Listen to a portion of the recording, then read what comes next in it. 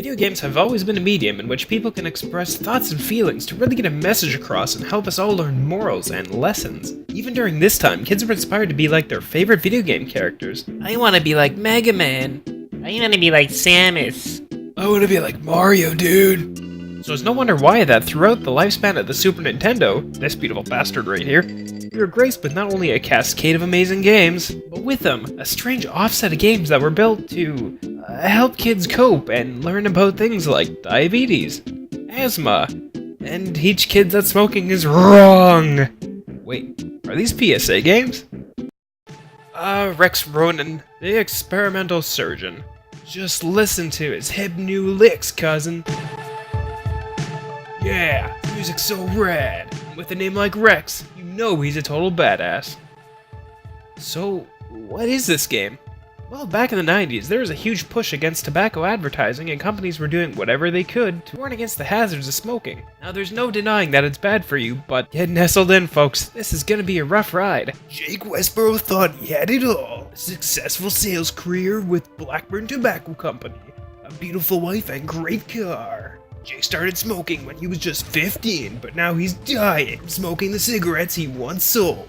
Jake's only hope is Dr. Rex Ronan, a brilliant experimental surgeon. Dr. Ronan will shrink himself to near microscopic size and enter Jake's body to fight the disease.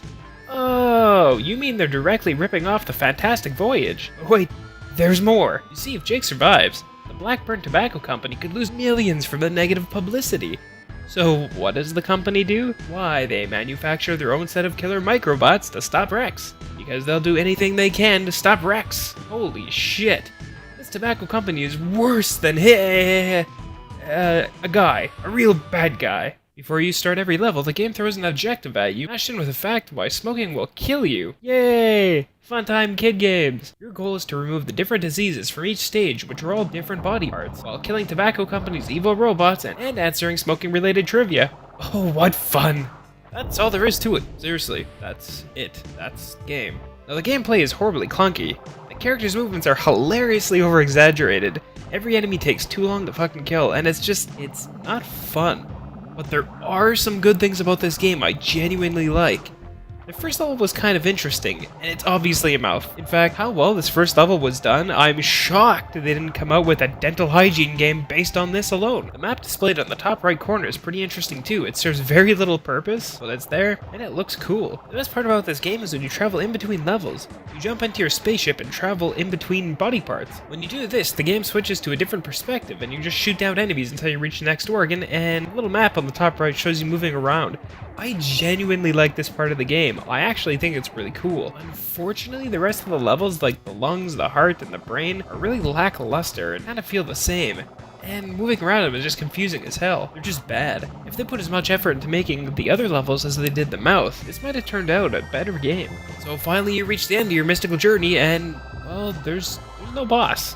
But there's a hell of an ending. So Rex flies out of the ear, and that's it. You save Jake. He's alive. And you're met with this. Dr. Ronin perfects microsurgery technique. Advance takes world by storm. Jake, Mr. Blackburn lives. Jake quits smoking, tells the world what the tobacco products have done to him. Publishes a tell-all book called Burnout. Blackburn Tobacco Corporation fails. Blackburn Corp declares bankruptcy after Jake Westboro persuades millions to quit. Tobacco firm a thing of the past. Yep, and that's it. I also had to share the credits. They were doing their best to be relatable to kids. The show programmed who did what? This game was weird. But now that we've explored the body as a whole, let's focus on a little less with the next game. Eons ago, far before humans, the dinosaurs roamed free without worry of parks, and dominated the Earth. Until one fateful day, a giant meteor struck the Earth, filling the air with dust and debris. The dinosaurs now faced the threat of mild discomfort and asthma attacks, which obviously was the original route of the cause of their extinction. Dinosaurs built a giant wind machine, oh, that's an air purifier, to cleanse the air. Some other dickhead dinosaur who didn't have the asthma stole its pieces, scattered them everywhere, and now it's up to you to help Bronkie and Trachea find them all while managing their asthma. Don't get too excited. Before each level, you start off by reading the #1 prehistoric newspaper, the Daily Meds. I'm not making this up. It's right there. Learn more about lungs and watch Bronkie take a shot of his puffer. Or maybe it's a close-up of him smoking. I'm not sure. Hey, did you learn anything from Rex? When introduced to a new world, they show you different asthma triggers like smoke, pollen, free animals, assholes who are sick. It handles like your typical B-list action platformer. You walk, jump, attack. What really sets this apart is you have a breath attack, which uses up some of your lungs up top there, but wait, the game wants us to avoid killing Bronkie, and we're forcing him to heave his breath out? Bronkie, no! You'll have an asthma attack! Speaking of asthma attack, the more asthma triggers you hit, the darker the screen starts to become.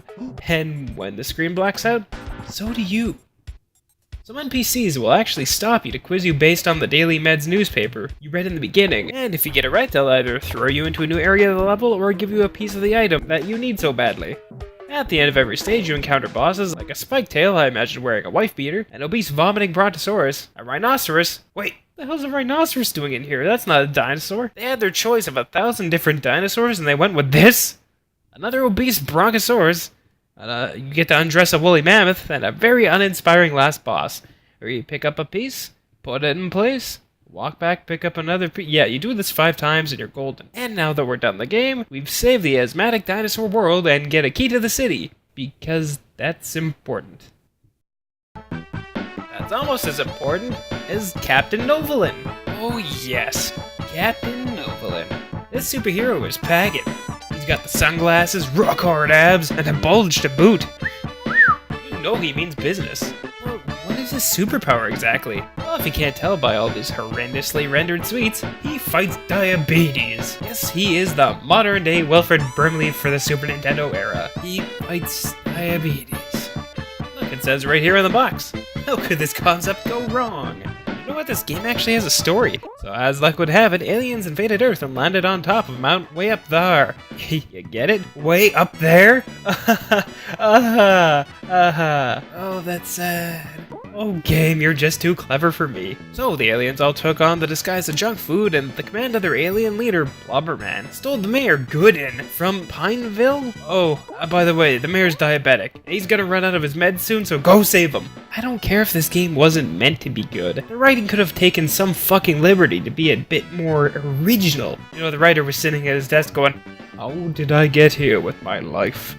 I was going to be the next George Martin. Oh, the shame of it all. So when the game what? Wait, what is this? No, whoa.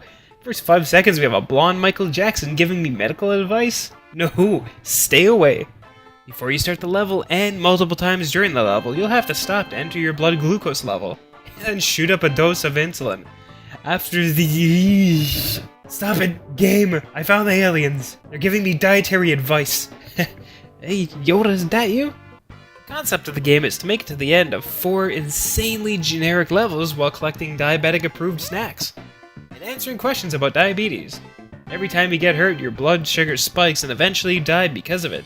Jesus, that's kinda grim. Now, the monsters are just kind of over-the-top, ridiculous-looking junk food, and the game sound effects are wonky and awful. I've honestly heard better done sound effects that rip from somebody's ass. This game is insanely short. It honestly took me a better part of 20 minutes to complete it. And once you get to Blubberman, all you have to do is stand in place and hit a switch while some fat, balding asshole throws pies at you. Whoa. Wait, is that Bill Dauterive? Once you kill Blubberman, you answer one more diabetic question, and the mayor gives you the key to the city. Was this the most important thing in the fucking 90s for acts of heroism? Just give me a medal or a trophy. The key doesn't even work. And since we're on the topic of diabetes, let's jump into the next title, Packy and Marlon. This is another fantastic diabetes-inspired adventure. You start the game off with a horrible discovery. Rats invaded the summer camp and scattered food and diabetic meds everywhere. I hate to say this, but at least Captain Novolin had an actual reason to go off on his adventure. He was just trying to save the mayor, who happened to be diabetic. But these rats are just fucking assholes. You rats have something against diabetics? Huh? Jesus Christ! Look at the rat! It's more like a xenomorph than a rat.